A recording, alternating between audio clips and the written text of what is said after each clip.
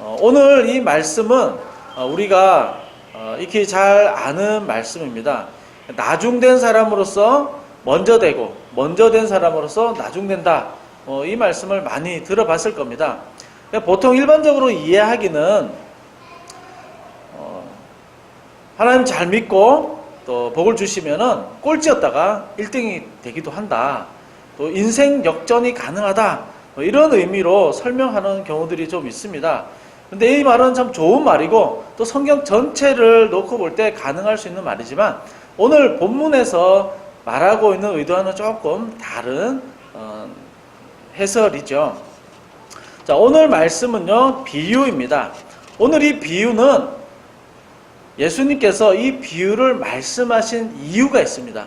그 이유가 뭐냐면 바로 앞에서 베드로와 이야기한 그 어떤 이야기를 놓고 베드로에게 설명해 주기 위해서 이 비유를 설명을 한 거죠. 그래서 앞의 내용이 어떤 내용이냐면은 이제 9장 16절에서 30절까지의 내용입니다. 여기 무슨 내용이 나오냐면 어떤 부자 청년이 나옵니다. 부자 청년이 나와가지고 예수님께 묻습니다. 제가 무엇을 해야 영생을 얻습니까? 그러니까 예수님이 계명을 지켜야 된다 해서 여러 계명들을 말합니다. 그러니까 청년이 제가 다 지켰습니다. 뭐가 부족합니까? 그러니까 예수님이 굉장히 어려운 얘기를 하나 하십니다. 네가 가지고 있는 재산을 다 팔아서 가난한 사람들에게 주어라. 이 부자 청년이 이 말씀을 듣고 고민에 빠져서 예수님을 떠납니다. 예수님이 이것을 보고 뭐라고 그러냐면 부자가 천국에 들어가기 어렵다. 그래서 낙타반을 이야기를 하죠. 그리고 이걸 보고 27절에서 베드로가 뭐라고 얘기를 하냐면 우리는 모든 것을 다 버리고 예수님을 따랐습니다. 그러면 무엇을 얻겠습니까? 이 부자 청년을 보고 베드로가 우리는 아닙니다. 우리는 좀 다릅니다. 다 버리고 떠났습니다.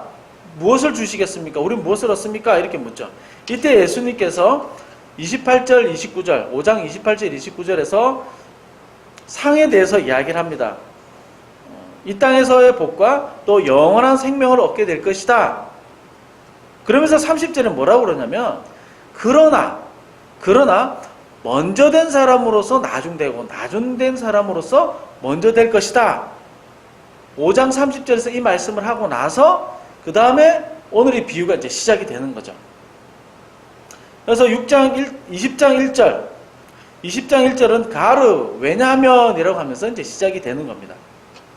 그러면 앞에 나온 말씀에서 이 내용에 대해서 어떤 부분에 대해 예수님이 이야기를 하시려고 하냐면 이겁니다. 베드로가 이렇게 얘기를 했죠. 우리는 모든 것을 다 버리고 예수님을 따랐습니다. 그럼 예수님 우리에게 무엇을 주시겠습니까? 우리는 무엇을 얻습니까? 자, 지금 베드로는 예수님을 따르는 데 있어서 대가를 바라고 있습니다. 보상을 바라고 있는 거죠. 나는 부자 청년과 다릅니다. 나는 모든 걸 버리고 따랐습니다. 그렇다면 보상이 무엇이죠? 내가 이만큼 헌신했는데 거기에 대한 대가와 보상은 무엇을 주시겠습니까? 이 성경 전체를 놓고 보면 엄밀하게 따지면 바른 모습은 아니죠. 이런 대가를 바라는 모습은요. 또 이 비유 다음에 나오는 내용 20장에도 또 똑같이 하나 나옵니다. 뭐냐면 세베대의 어머니가 아들들 데리고 예수님께 나와서 예수님이 왕이 되시면 우리 아들을 예수님의 오른쪽 왼쪽에 앉혀주십시오. 이렇게 얘기를 하죠. 그러니까 예수님이 눈에 보이는 정치적인 왕이 될 것을 생각을 하고 대가와 보상을 지금 바라고 있는 겁니다. 제자들은 아직 예수님을 따르지만 예수님을 잘 모르고 있습니다. 천국 복음이라는 것을 들었지만 천국에 대해 잘 모르고 있습니다. 예수님이 천국을 선포하셨고 하나님 나라에서 말씀을 하셨지만 이 제자들은 아직 거기에 대해서 이해를 잘 하지 못하고 있습니다. 그래서 예수님은 19장에서도 이야기를 했지만 천국은 이와 같다라고 말씀하셨지만 또 20장에서도 똑같이 또 천국에 대해서 또 가르치고 또 말씀을 하고 있습니다. 그래서 오늘 말씀에서 비유하는 이 하나님 나라는 무엇인가, 이 베드로에게 가르치고자 했던 하나님 나라는 무엇인가 우리가 두 가지로 한번 생각해 보고자 합니다.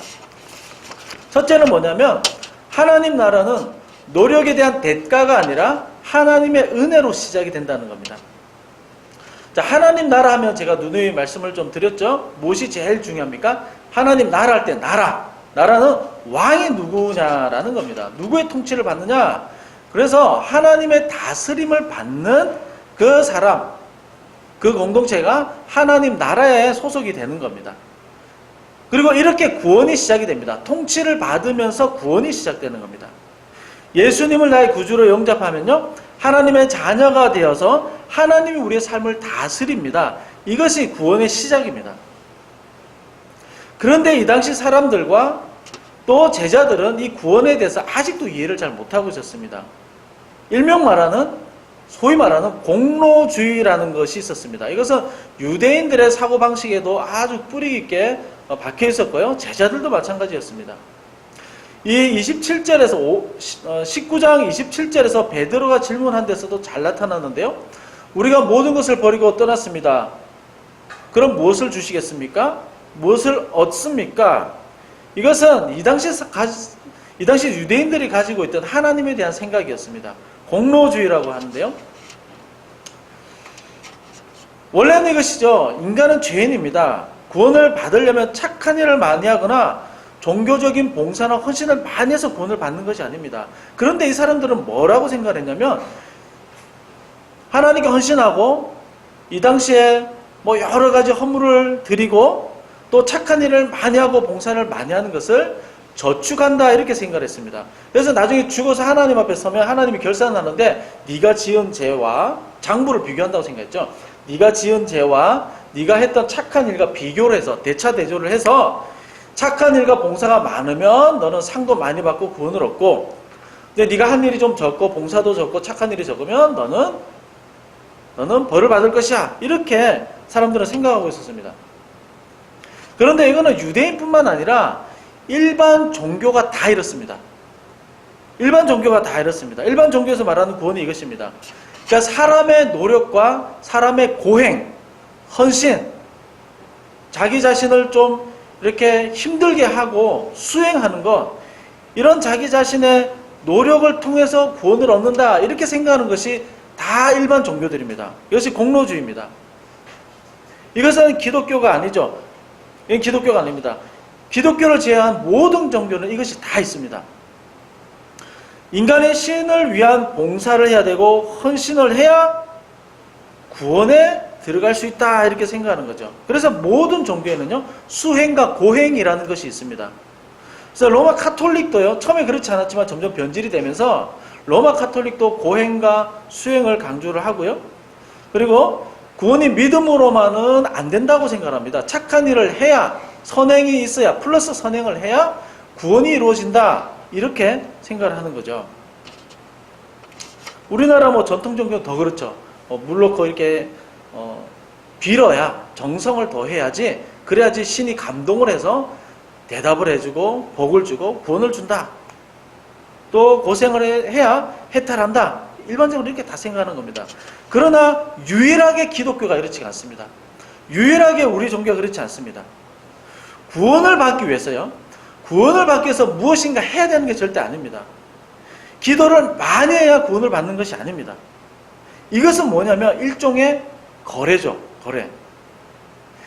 우리 기독교가 다른 종교와 가장 다른 부분입니다.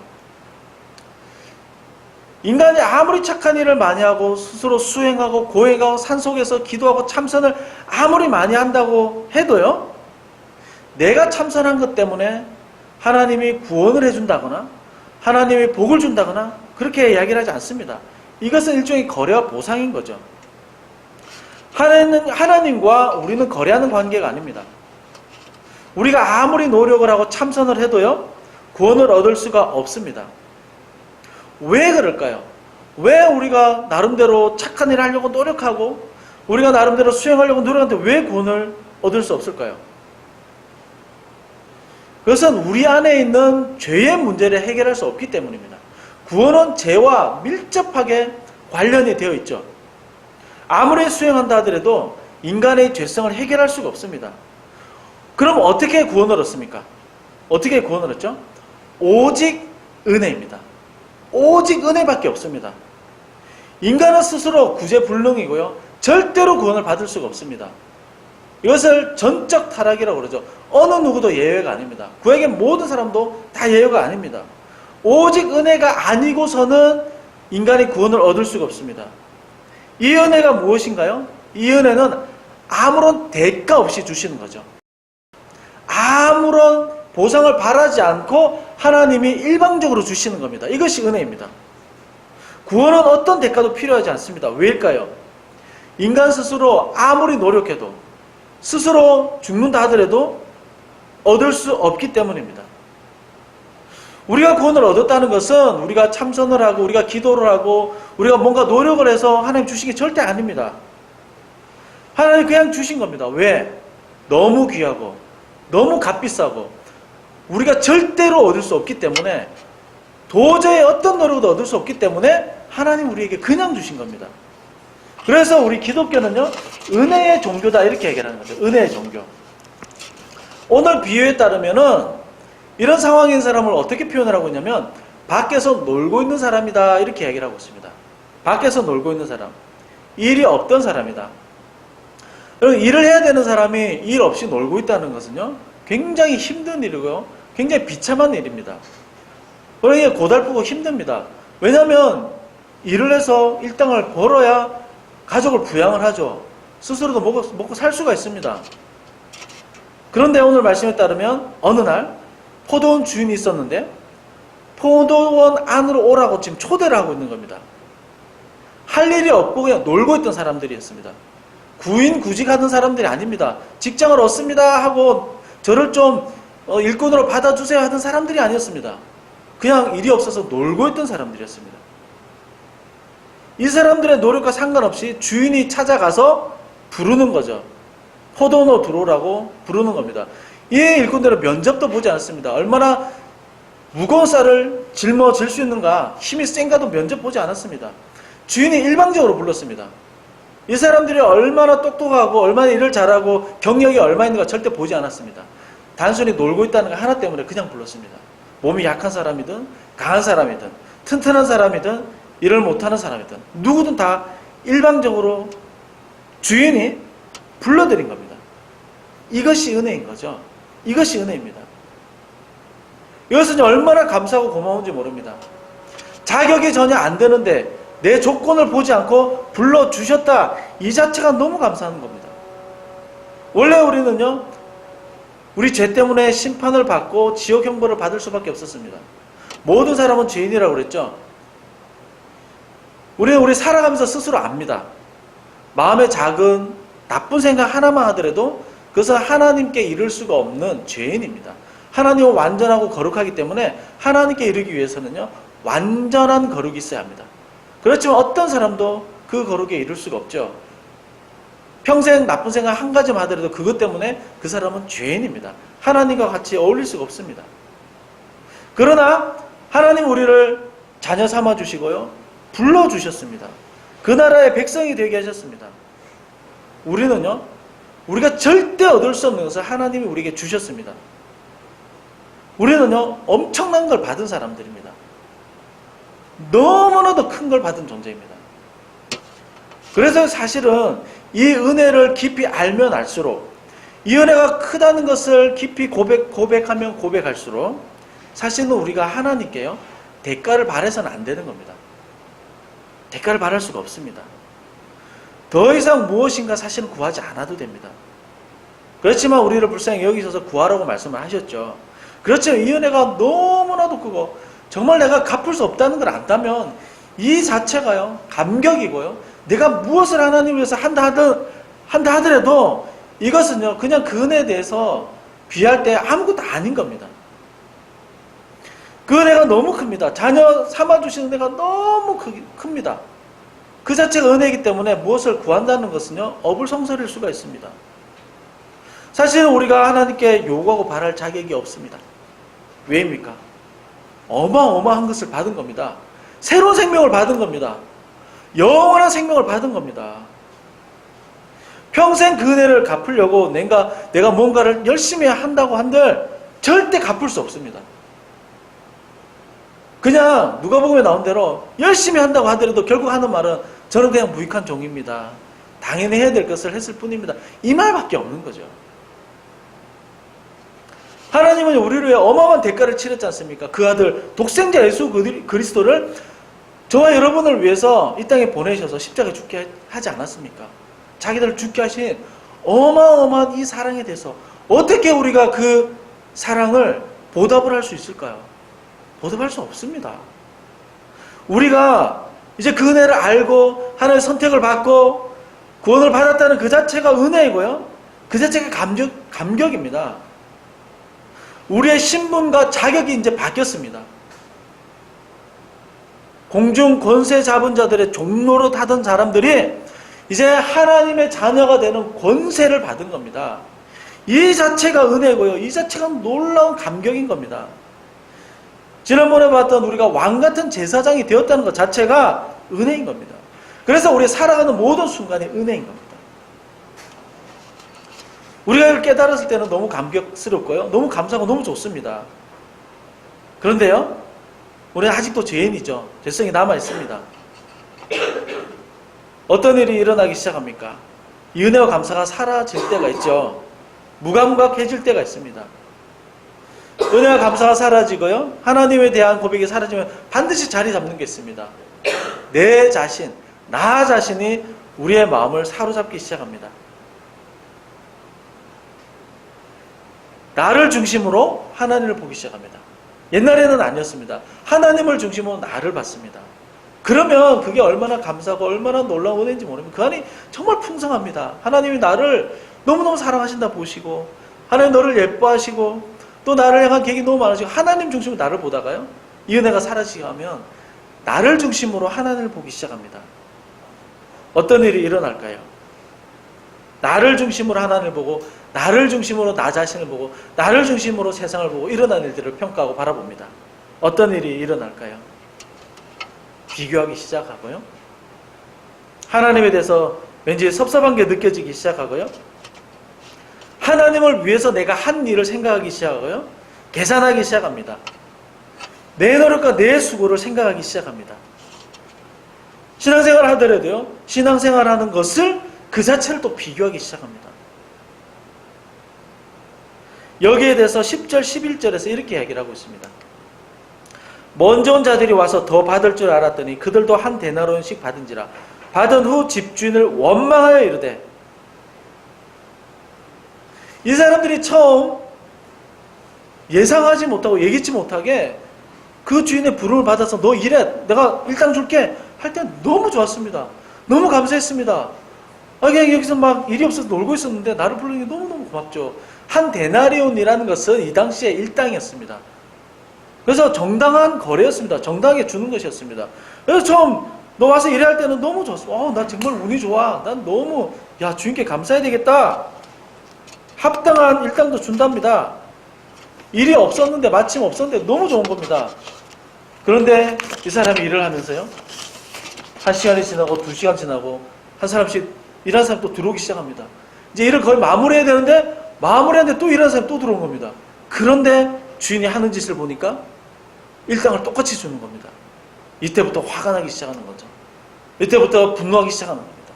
이때부터 주인이 이상하게 보이기 시작하는 겁니다. 이때부터 주인이 원망스러운 겁니다. 이 원망이 어디서부터 시작이 된 것일까요? 오늘 말씀에 따르면 비교하면서 왜 저 사람들에게 더 주십니까? 주인이 부당하게 보이고 주인이 왠지 나는 소외시키는 것처럼 보이는 겁니다. 왜 저 사람 더 잘해주는 거죠? 저 사람이 왜 더 큰 복을 주는 거죠? 왜 더 큰 혜택을 주는 거죠? 저 사람이 왜 더 유리하게 살아가는 거죠? 우리는요, 이런 잘못 앞에서 자유로울 수는 없습니다. 모든 사람은요, 죄인입니다. 아직 죄성이 우리에게 남아있습니다. 누구도 예외일 수 없습니다. 이런 상황에서요, 원망될 수도 있죠. 처음에 가졌던 감사를 계속 가지기는 사실상 어려울 수도 있습니다. 옆에 늦게 들어와서 1시간밖에 일하지 않는 사람이 10시간을 일하는 나랑 똑같은 임금을 받는다? 일할 맛이 안 나죠. 너무 쉽게 돈 버는 것 같습니다. 똑같이 하나님께 부름받고 살아가는데요. 나만 뒤처지는 것 같습니다. 똑같이 하나님을 했고 똑같이 신앙생활을 했고요. 똑같이 헌신을 했는데요. 나만 뒤처졌고요. 나만 괜히 손해보는 것 같습니다. 그러면서요. 하나님에 대한 마음이 식어집니다. 하나님 왠지 이상한 사람으로 보입니다. 이상한 존재로 보입니다. 사랑의 하나님이 아니라 부당한 하나님으로 보이는 겁니다. 이것은요. 누구도 예외일 수가 없죠. 저도 마찬가지입니다. 처음 사역할 때, 처음 말씀을 전할 때, 그럴 때는 말씀을 전하고 준비하는 것 자체가요. 너무너무 감사하죠. 한 주간 내내 준비를 합니다. 그게 너무 좋고 감사할 때가 있습니다. 불러주신 것 자체가 감사할 때가 있습니다. 그런데요. 그 사역이 5년, 10년, 15년 이렇게 넘어가면서 다른 사람들이 막 보이는 거죠. 더 잘하는 사역자가 보이고 더 큰 곳에서 더 화려한 스포라이트를 받으면서 더 인기를 얻으면서 일하는 사람들이 막 보이는 겁니다. 그러면서 내 환경과 처지를 놓고 하나님 나도 나름 잘하고 열심히 하고 실력이 있는데 왜 나는 이렇게 어려운 길로만 인도하십니까? 원망이 시작되는 겁니다. 이런 마음이 들 때 하나님이 잘못된 것일까요? 하나님이 정말 나를 나쁜 길로 인도하는 것일까요? 나를 더 좋은 환경으로 인도하지 못한 것 때문에 하나님은 나에게 몹쓸 짓을 한 것일까요? 오늘 말씀에 따르면 그 주인은 나쁜 주인인가요? 그렇지가 않죠. 일하는 사람이 그 주인의 은혜를 잊어버렸을 뿐이었습니다. 처음에 감격하고 감사하던 것을 잃어버렸을 뿐이었습니다. 신앙생활 하면서요. 신앙의 내리막은 바로 이것입니다. 나를 불러주신 그 처음 은혜, 그 하나님의 선하심과 하나님의 공의로우심과 하나님의 그 은혜로우심을 잊어버리는 겁니다. 여러분 신앙 회복이라는 것, 신앙 성장이라는 것, 그것은 딱 하나였습니다. 그것은 처음 불러주신 그 은혜와 그 구원의 감격과 하나님의 선하심에 대해서 감사하고 또 고마워하고 감격해하는 것입니다. 이것이 신앙의 회복입니다. 하나님은요 너무너무 선한 분이십니다. 우리가 감당할 수 없을 정도로 너무너무 선하시고 너무 좋은 분이십니다. 우리가 하나님 나라 백성으로서 잊지 말아야 될 것은 어떤 순간에라도, 어떤 어려운 순간에라도, 어떤 힘든 순간에라도 하나님은 선하다는 사실입니다. 모든 계획과 인도는 선하십니다. 내가 비록 어려운 환경 가운데 걸어간다 할지라도 그 환경 가운데 걸어가는 길을 허락하신 하나님은 선하십니다. 그래서 하나님의 나라는 무엇인가? 둘째로 하나님 나라는 하나님이 선하고 인자하시다는 고백 안에 있을 때 거할 수 있습니다. 이 비유에서 하나님은 이 일꾼들이 얻을 수 없는 것을 일방적으로 베풀어 주셨습니다. 은혜를 베풀어 주셨죠. 그래서 이 주인은 너무너무 선한 분입니다. 너무 좋은 분이고요. 게다가 부자이십니다. 이 부자는 자기만 아는 부자가 아닙니다. 베푸는 부자입니다. 포도원을 통해서요, 다른 사람에게 도움을 주려고 아주 작정한 부자입니다. 얼마나 선하고 좋은 분인지 그 사람의 일하는 능력을 보지 않고 일부러 막 찾아다닙니다. 여기 들어올 사람 없느냐? 여기 들어올 사람 없느냐? 계속해서 찾아다니는 분이죠. 얼마나 건강한가 안 봅니다. 계산하지 않습니다. 놀고 있는 사람, 절망하고 있는 사람, 포도원이 정말 필요한 사람, 그 사람에게 임금을 줄여가지고 노력하는 분이십니다. 임금을 줄여가지고 작정하신 분입니다. 그리고 더 좋은 점은요, 순서가 없다는 거예요. 처음 온 사람이나 나중 온 사람이나 똑같이 혜택을 베풀어 주시는데 나중 온 사람, 늦게 온 사람, 제가 자격이 될까요? 제가 과연 지금 이래서 이만한 일당을 받아도 될까요? 이런 사람에게도 똑같은 은혜를 베풀어 주신다는 겁니다. 늦게 올수록 그 은혜가 더 크다는 것을 알 수가 있습니다. 여기에 나오는 주인은 누구입니까? 바로 하나님이시죠. 심는 대로 주시는 분이 아니라 일방적으로 자격이 안 되는 데도 주십니다. 그것도 넘치는 은혜를 주시는 분이죠. 이 사실이 너무너무 감사합니다. 우리가 하나님 자녀 되는데요, 구원을 얻는 데 있어서, 하나님 나라 백성 되는 데 있어서 어떤 것도 하나님 요구하지 않습니다. 어떤 고생도 요구하지 않습니다. 이것은 너희들이 할 수 없기 때문에 내가 해야 돼. 그래서 하나님이 은혜를 베풀어 주시고 구원을 주신 것이죠. 지금 비유에서 이 포도원이라는 배경은요, 유대인들에게는 아주 익숙하고 너무너무 친숙한 배경입니다. 구약 성경에서도 자주 나오는 배경인데요. 이 포도원이라는 배경으로 구약에서는 부정적으로 좀 이야기하는 부분들이 많이 나옵니다. 이사야서 5장에서는요, 포도원에 노래가 있는데 하나님은 이스라엘에게 포도원을 맡겼습니다. 그런데 그들이 포도원을 경작하면서 좋은 포도를 내기를 하나님 원했지만 이 사람들은 들포도를 생산해냈다고 책망을 받습니다. 그 예레미야 12장에서도요, 이 이스라엘 사람들이 초대를 받았지만 이 포도원을 다 망가뜨려 버린 겁니다. 그래서 하나님께 굉장히 큰 질책을 받습니다. 이 포도원이라는 것은 하나님이 선택한 백성에게 베푸신 은혜의 장입니다. 이것은요, 선택한 자에게 주신 은혜입니다. 그러나 구약의 백성들은 이것을 지키지 못했죠. 다 잊어버렸습니다. 자기 마음대로 써버렸습니다. 다른 민족과 비교하면서 원망하고요, 하나님에 대해서 제대로 믿음을 가지지 못했습니다. 그래서 결국 포도원에서 쫓겨났습니다. 그래서 오늘의 비유는 무엇이냐면 먼저 된 사람들에게 초점이 있습니다. 먼저 된 사람에게 초점이 있는데요, 13, 14절에서 이야기를 하고 있죠. 그러니까 12절부터 나오죠. 이 사람들 중에서 먼저 온 사람, 나중 온 사람 있죠. 나중 온 사람들이 이야기를 하지 않습니다. 먼저 온 사람들이 주인에게 항의하고 지금 나서는 겁니다. 그래서 이 비유의 초점 누구에게 있냐면 먼저 온 사람들에게 있습니다. 먼저 온 사람들을 향한 경고와 책망의 말씀이죠. 나중 온 사람들 잘 될 거야, 니네들 일하지 않아도 돈 많이 벌 거야, 이 말 하는 게 절대 아닙니다. 여기에 포인트가 있는 것이 아니라 인생 역정을 말하는 것이 아니라 먼저 믿은 사람들이 은혜를 잊어버린 것에 대한 책망과 경고, 그리고 이 베풀어 주신 은혜가 얼마나 크고 놀라운지 이것을 기억하라는 촉구입니다. 이것은요, 제자들에게도 동일하게 말씀하는 거죠. 헌신했다고, 너희가 열심히 다 버리고 쫓았다고 그 대가로 영생이나 하나님 자녀는 되는 것이 아니다. 더 많은 복을 가지는 것도 아니다.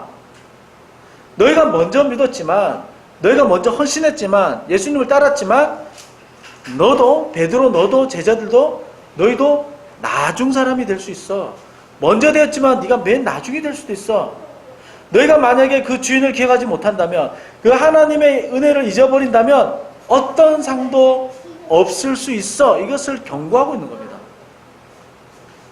그리고 이 은혜, 불러주신 분이 누구인지, 너희 자신의 노력과 너희 자신의 헌신을 생각하는 것이 아니라 이 은혜가 얼마나 크고 놀라운지, 이것을 주신 분이 누구인지를 생각하라는 겁니다. 그래서 불러주신 분은요, 은혜스럽고 너무나 선하다는 사실을 너희들이 꼭 기억해야 된다. 너희들이 꼭 기억해야 된다. 이것을 강조해서 말씀하고 있는 거죠.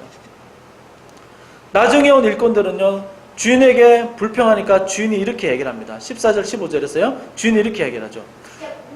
내 것이나 가지고 가라. 나중에 온 이 사람에게 너와 같이 주는 것이 내 뜻이니라. 내 것을 가지고 내 뜻대로 할 것이 아니냐. 내가 선함으로 네가 악하게 보느냐. 여기서 나라는 말이 몇 번 나옵니까? 4번 나옵니다. 4번. 나중에 온 사람에게도 한 데나리온을 주는 것은 나의 뜻이다. 나의 의지다. 내 계획이다. 이것은 선하신 하나님의 뜻이다. 이렇게 말씀을 하고 있죠. 우리가요, 신앙생활 하면서요, 늘 이것은 도전이고 위협일 수도 있고요, 시험거리일 수가 있습니다. 비교가 될 수도 있고, 하나님에 대한 믿음이 흔들릴 때도 있습니다. 그래서 불평이 나올 때도 있습니다. 그러나 어떤 순간에라도 우리가 반드시 놓치지 말고 고백해야 될 것이 있습니다. 그것이 무엇이냐면, 하나님은 선하다라는 고백입니다. 하나님은 좋은 분이라는 고백입니다. 내가 아무리 어려운 일을 당해도요, 내가 아무리 고통스러운 일을 당해도 하나님은 선하다라는 고백을 우리는 절대 잊지 말아야 합니다. 경제적으로 힘든 상황이 오더라도요, 고통을 당해도요, 하나님 왜 나를 이렇게 힘들게 하시나, 고통을 주시나, 그럼에도 불구하고 하나님은 선하다고 우리는 고백할 수 있어야 합니다. 세상에 일어나는 부조리한 모순들을 보더라도요, 악한 사람들이 잘 되는 걸 보아도 우리는 하나님이 선합니다 라고 고백할 수 있어야 합니다. 하나님이 선택하고 하나님이 계획하고 하나님이 인도해 가시는 모든 것은 선합니다. 우리는 이 고백을 잊지 말고 하나님 앞에 늘 고백할 수 있어야 됩니다. 왜입니까? 하나님이 만약에 선하지 않다면 하나님의 인도를 믿을 수가 없고요. 하나님의 계획을 신뢰할 수가 없습니다. 결국 하나님은요, 하나님의 의지대로 모든 계획을 이끌어 가십니다. 선하지 않다면 이것은 실패할 수밖에 없습니다. 그러나 선하기 때문에 그 약속은 확실하고 그 약속대로 이루어진 모든 일들은요, 하나님 안에 우리에게 너무나도 큰 복이 되는 겁니다. 그리고 그 마지막, 그 끝은 하나님 앞에 우리가 모두 영광을 돌릴 수밖에 없습니다. 혹여 우리가 어렵더라도, 혹여 우리가 이해가 안 되더라도 우리는 하나님 당신은 선합니다. 정말로 선하십니다. 이 고백을 우리는 잊지 말아야 합니다. 하나님에 대한 고백 위에 하나님은 교회를 세운다고 말씀하셨습니다. 그리고 하나님 나라를 만드시고요, 인도해 가십니다. 그래서 예수님은 베드로가 이렇게 고백한 것에 대해서 굉장한 칭찬을 하셨죠. 주는 그리스도시요 살아계신 하나님의 아들입니다. 이 고백을 했을 때 예수님이 너무나도 기뻐하셨습니다. 이 반석 위에 정확한 그 원문과 내용을 따지면요, 베드로라는 사람이 아니라 베드로가 한 이 고백 위에, 베드로의 이 신앙 고백 위에 내 교회를 세우리니 라고 말씀을 하십니다. 모든 교회와 모든 하나님의 나라와 하나님의 인도하시면요, 이 고백 위에서 시작이 됩니다. 그리고 이 고백 위에서 하나님은 인도해 가십니다. 그래서 우리가 하나님의 그 은혜 가운데 거하면서 참 인도와 통치를 받기 위해서는요, 어떤 환경에서라도, 어떤 조건에서라도 우리의 참 고백이 필요합니다. 하나님이 선하십니다. 선하시기 때문에 그 뜻대로 약속대로 이끌어가시는 모든 일들이 선하십니다. 오늘 말씀에서요, 먼저 된 자 나중되고 나중된 자가 먼저 된다 이렇게 말씀합니다. 우리는 먼저 믿은 사람일 수 있습니다. 먼저 하나님을 따른 사람이라 할 수 있습니다. 그래서 오늘 말씀을 통해서요, 우리에게 촉구하시고 또 책망하기도 하십니다. 그 은혜 안에 거해라. 그 은혜 안에 거해라. 처음 불러주신 그 사랑과 내가 얼마나 크고 놀라운지 그것을 잘 기억해라.